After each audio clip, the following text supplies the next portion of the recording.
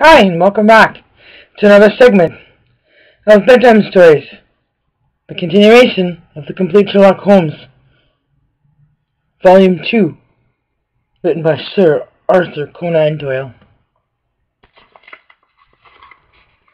My observations of number 427 Park Lane did little to clear up the problem in which I was interested. The house was separated from the street by a low wall and railing, the whole not more than 5 feet high. It was perfectly easy, therefore, for anyone to get into the garden, but the window was entirely inaccessible, since there was no water pipe or anything which could help the most active man to climb it. More puzzled than ever, I retraced my steps to Kensington. I had not been in my study 5 minutes when the maid entered to say that a person desired to see me.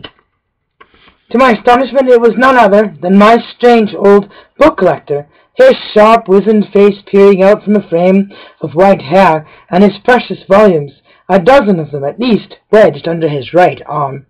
"You are surprised to see me, sir?" said he, in a strange, croaking voice. I acknowledged that I was. "Well, I've a conscience, sir, and when I chanced to see you go into this house as I came hobbling after you, I thought to myself, I'll just step in and see that kind gentleman and tell him that if I was a bit gruff in my manner, there was not any harm meant, and that I am much obliged to him for picking up my books." "You make too much of a trifle," said I. "May I ask how you knew who I was?" "Well, sir, if it isn't too great a liberty, I am a neighbor of yours, for you'll find my little bookshop at the corner of Church Street, and very happy to see you, I am sure. Maybe you collect yourself, sir. Here's the British Birds, and Catullus, and the Holy War, a bargain, every one of them. With 5 volumes you could just fill that gap on the second shelf. It looks untidy, does it not, sir?" I moved my head to look at the cabinet behind me. When I turned again, Sherlock Holmes was standing smiling at me across my study table. I rose to my feet, stared at him for some seconds in utter amazement, and then it appears that I swirled before my eyes. And when it cleared, I found my collar ends undone, and the tingling aftertaste of brandy upon my lips. Holmes was bending over my chair, his flask in his hand. "My dear Watson," said the well-remembered voice, "I owe you 1,000 apologies. I had no idea that you would be so affected."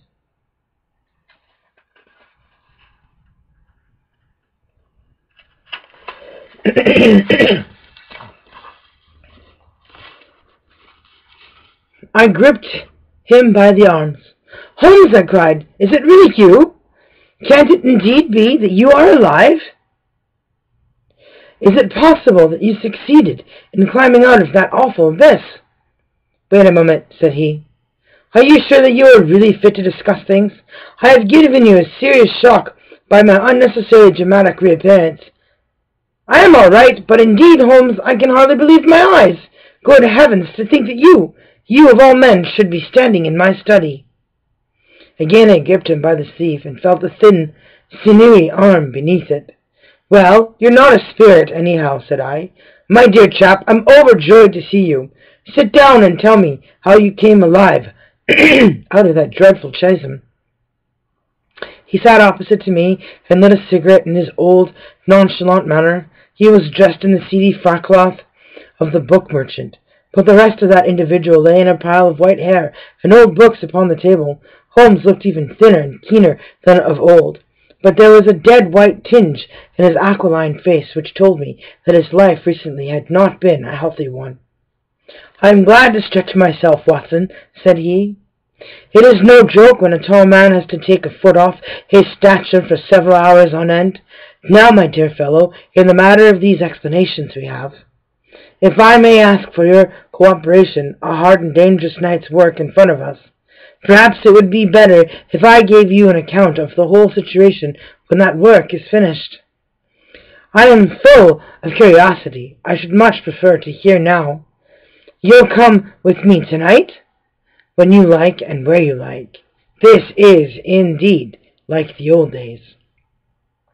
We shall have time for a mouthful of dinner before we need go. Well then, about that schism.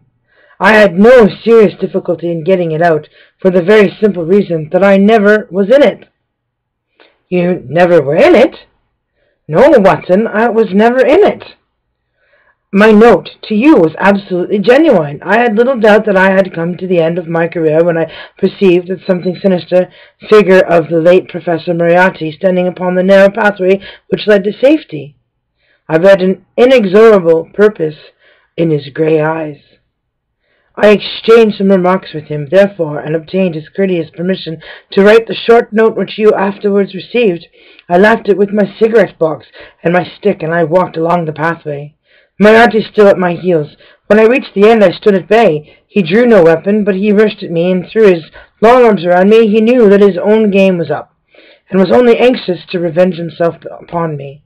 We tottered together upon the brink of the fall. I have some knowledge, however, of Bairitsu,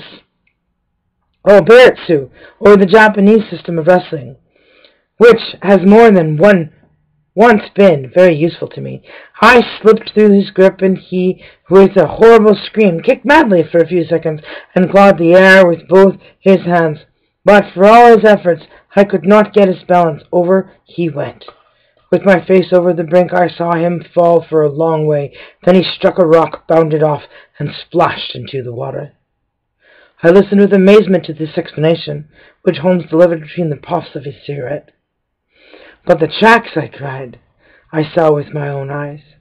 That two went down the path and none returned. It came about in this way. The instant that the professor had disappeared, it struck me what a really extraordinarily lucky chance fate had placed in my way. I knew that Moriarty was not the only man who had sworn my death. There were at least 3 others whose desire for vengeance upon me would only be increased by the death of their leader. They were all most dangerous men. One or other would certainly get me. On the other hand, if all the world was convinced that I was dead, they would take liberties. These men, they would soon lay themselves open, and sooner or later I could destroy them. Then it would be time for me to announce that I was still in the land of the living. So rapidly does the brain act that I believe I had thought this all out before Professor Moriarty had reached the bottom of the Reichenbach fall. I stood up and examined the rocky wall behind me. In your picturesque account of the matter, which I read with great interest some months later, you assert that the wall was sheer. That was not literally true. A few small footholds presented themselves, and there was some indication of a ledge. The cliff is so high that to climb it all was an obvious impossibility, and it was equally impossible to make my way along the wet path without leaving some tracks. I might, it is true, have reversed my boots, as I have done on similar occasions, but the sight of the 3 sets of tracks in one direction would certainly have suggested a deception. On the whole, then, it was best that I should risk the climb. It was not a pleasant business. Watson, the fall roared beneath me. I am not a fanciful person, but I give you my word that I seemed to hear Moriarty's voice screaming at me out of the abyss. A mistake would have been fatal. More than once, as tufts of grass came out in my hand or my foot slipped in the wet notches of the rock, I thought that I was gone. But I struggled upward, and at last I reached a ledge several feet deep and covered with soft green moss, where I could lie unseen in the most perfect comfort. There I was stretched when you, my dear Watson, and all your following were investigating in the most sympathetic and inefficient manner the circumstances of my death.